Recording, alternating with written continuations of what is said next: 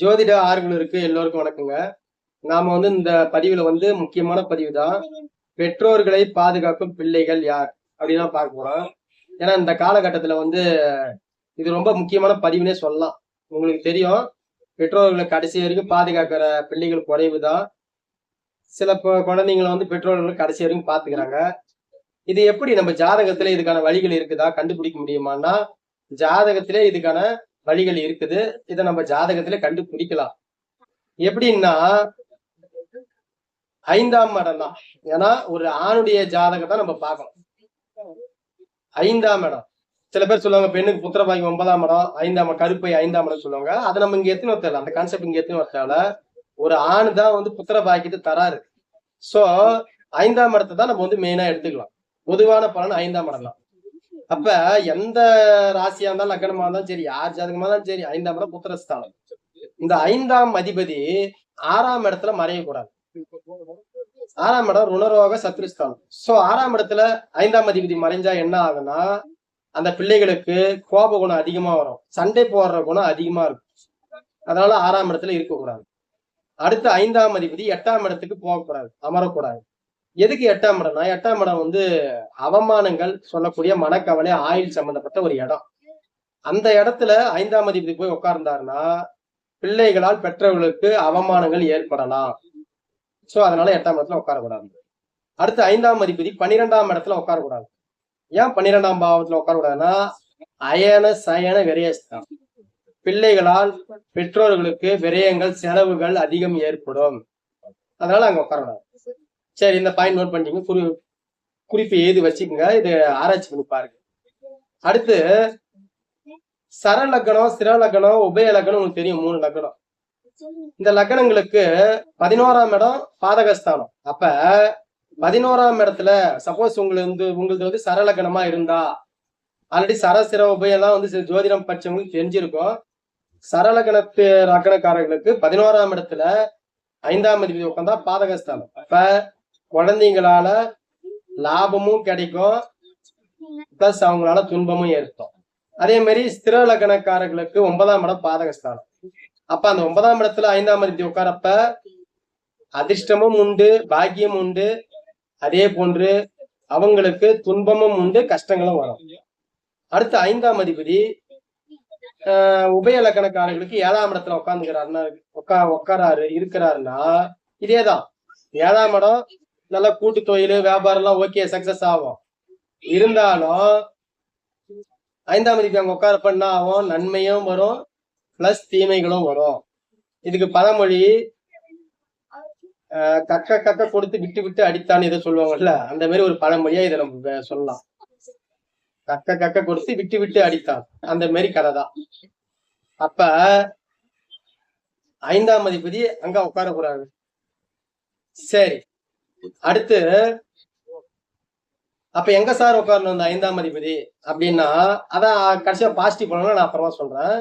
5ஆம் அதிபதி பேசிக்கா ராகு கோதோட சேர்க்கக்கூடாது. 5ஆம் அதிபதி 6, 8, 12 மறையக்கூடாது. 5ஆம் அதிபதி நீசம் அஸ்தமனம் அடையக்கூடாது. 5ஆம் அதிபதி பாவ கிரகங்களோட சேரக்கூடாது.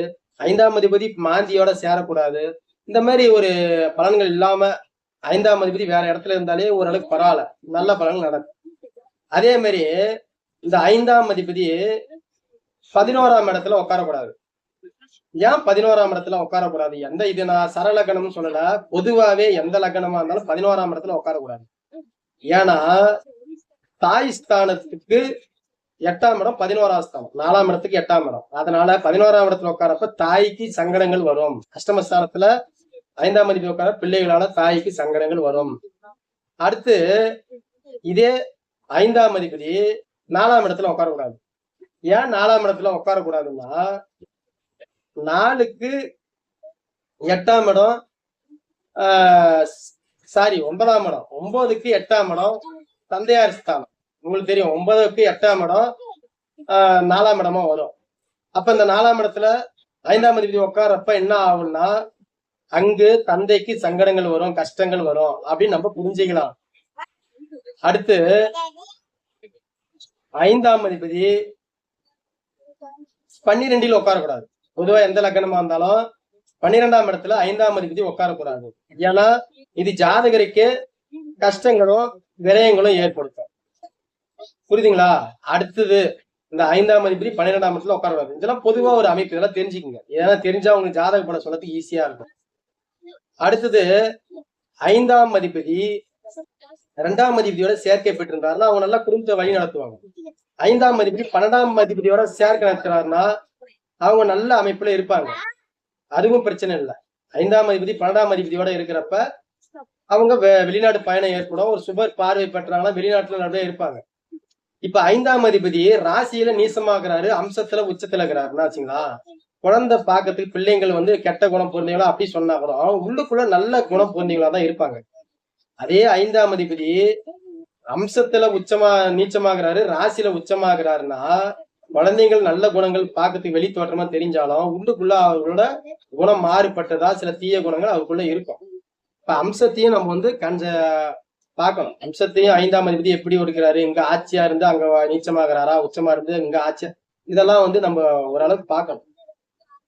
அதே மாதிரி இந்த 5ஆம் அதிபதி நான் சொல்லக்கூடிய 6, 8, 12ஆம் திசை வரப்ப இந்த 5ஆம் அதிபதி 6, 8, 12ல இருந்து திசை நடத்துறப்ப அப்ப குழந்தைங்களால பெற்றோர்களுக்கு கஷ்டங்கள் அதிகமா வரும்.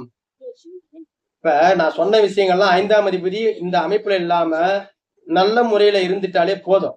நல்ல கிரகங்களோட நல்ல அமைப்புல சுபஸ்தானம் சொல்லக்கூடிய திரிகோணம் கேந்திரங்கள ஆட்சி உச்சமோ நல்ல கிரகத்தோட சேர்க்கப்பட்டிருந்தாலே அவங்க நல்ல பிள்ளைகள், நல்ல பிள்ளைகளை பெற்றவர்தான். பிள்ளைகள் பெற்றோர்களுக்கு அதிகமா தொந்தரவு தர மாட்டாங்க. அவங்க எதுவுமே பண்ணாலும் பிள்ளைகள் அவங்களுக்கு உபசரணையா இருப்பார்கள் நம்ம தெரிஞ்சுக்கலாம். இப்ப இந்த குழந்தைகள்லாம் வந்து பூர்வ ஜென்மோடைய கர்மா தாங்க. நம்ம போன பிறவில என்ன நம்ம பெற்று வந்தோமோ, என்ன பாவ புண்ணியம் செஞ்சோமோ அதுக்கேத்த முறையில இந்த பிறவில நம்மளுக்கு பிள்ளைகள் அமைவாங்க. இதுதான் வந்து நிசப்தமான உண்மை. என்னடா நம்மளுக்கு இப்படி பிள்ளைகள் அமைச்சிட்டாங்களே, பரவாயில்ல நம்ம பிள்ளைங்களை அப்படிலாம் இல்லை. அப்ப பூர்வ புண்ணியம் ஒரு கர்ம பலன் அடிப்படையில் தான் இந்த காலத்து பிள்ளைகள் அமையும் இந்த பிறவில. அதை தெரிஞ்சுங்க. ஏன்னா சிவன் பார்வைக்கே வந்து நல்ல பிள்ளைகள் வேணும்னு சொல்லிட்டு அவங்களுக்கே வந்து சில சங்கடங்கள் வந்திருக்குது. அந்த விநாயகர் முருகருக்கே வந்து பிள்ளைகள் சம்பந்தப்பட்ட பெற்றோர்களுக்கு அவங்களுக்கே வந்து நம்ம புராண கதைலாம் இருக்குது. சோ தெய்வங்களுக்கே இந்த மாதிரி கதைகள்லாம் இருக்கிறப்ப நம்மளுக்கு இதெல்லாம் சாதாரண விஷயம்தான். அதனால உங்களுடைய பூர்வ புண்ணியம் நல்லா இருந்தா உங்களுக்கு நல்ல பிள்ளைகள், நீங்க நல்ல பிள்ளைகளை பெற்றெடுப்பீங்க. அதுல எந்த மாற்று கருத்தும் இல்லை. இது எல்லாமே பூர்வ புண்ணியத்துடைய பலன்கள் தான். நன்றி நண்பர்களே. அடுத்த பதிவுல சந்திப்போம். நன்றி, வணக்கம்.